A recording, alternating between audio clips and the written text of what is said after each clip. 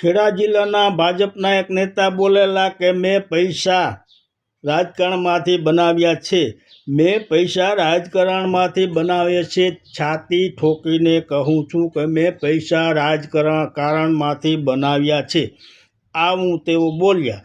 અને બીજા એક નેતા તેઓ કહે છે કે જે બસ સ્ટેન્ડ બનાવવાનું જરૂર હતી તેની જગ્યાએ યુનિટી બનાવવામાં આવે છે, કેમ કે આ યુનિટીમાંથી ભાગ બટાઈ મળે છે, નેતાઓને પૈસા મળે છે, બસ સ્ટેન્ડમાંથી કાંઈ મળતું નથી, તેથી તેમણે યુનિટી બનાવવી પહેલી પસંદગી કરી છે, આવું ભાજપના નેતા બોલે છે।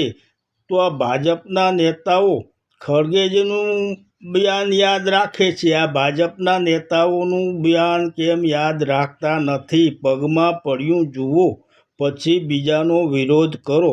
અને આમે અત્યારે ભાજપને કોંગ્રેસ નડી રહી નથી, અત્યારે ભાજપને માત્ર ને માત્ર આમ આદમી પાર્ટી તકલીફમાં મૂકી રહી છે, કેમ કે ચારેય બાજુ આમ આદમી પાર્ટીનું વર્ચસ્વ વધી રહ્યું છે, લોકો તેમાં જોડાવા લાગ્યા છે અને ભાજપના નેતાઓને ગામમાં પણ ગળવા દેતા નથી, તેથી તેઓ આ બધા બયાન આપે છે।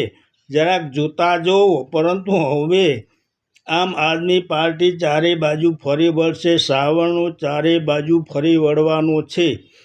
જય માતાજી।